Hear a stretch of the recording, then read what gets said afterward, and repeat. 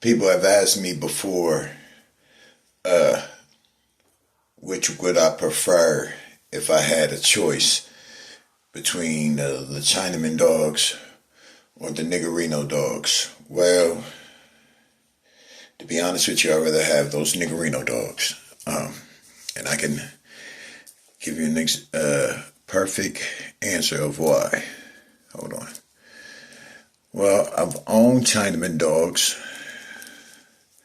for 30 years. I've had the Chinaman with the Frisco, inbred Frisco. I've had the Chinaman without the Frisco. And I've owned the Nigerino dogs. I've owned the crosses that came from my old time buddy Bruce Hall down at Amarillo. I had the crosses that were Nigerino Bros Champion Ninja cross, and they say that dog was off a Chinaman.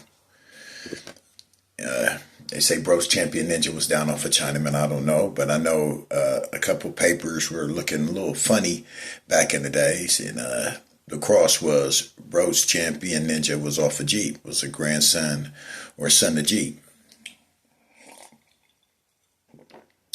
When I purchased my boss dog, it was registered as being a son of Jeep.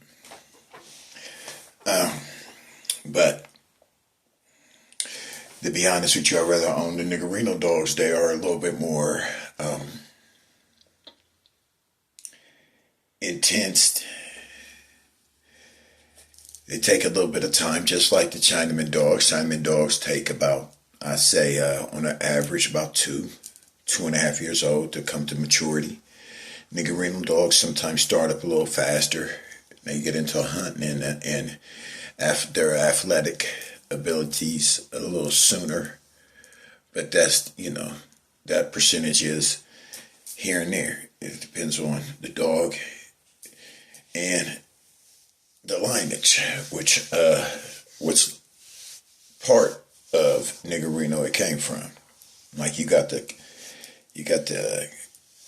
Cujo part, then you got the Lucifer part, then you got the Kate Sasha part.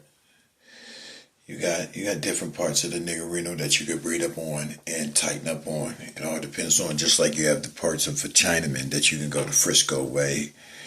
You could go the El Negro way.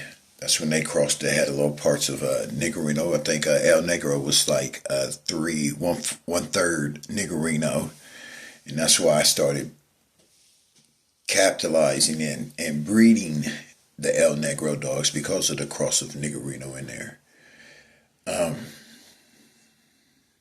Nothing to take from Tom Gardner's dogs. Nothing to take from him. Tom is a great breeder, and he's produced some outstanding dogs. But when people ask me about the Nigerino dogs and the Chinaman, I'd rather roll with the Nigerino dogs. They're a little bit more, what you would say, sound to me. All right? You get a nice percentage. Good ones out of the Chinaman. You get a beautiful percentage of good ones out of the Nigerino line. When you get a good Chinaman dog, you got a world-class dog. Yeah. And that's my intake on that. They're nothing to take from. I will always own a Frisco dog. I will always own a pure Chinaman dog without the Frisco. And I would definitely always own a pure Nigerino, line-bred Nigerino dog. So those are the two lines of dogs that I do run, and I will always keep. My son has the Bolio Red Boy cross.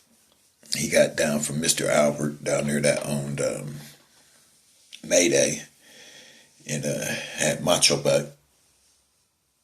I like that line too. Macho Buck that Macho Buck line is a good line to cross into this Nigerino that I'm doing.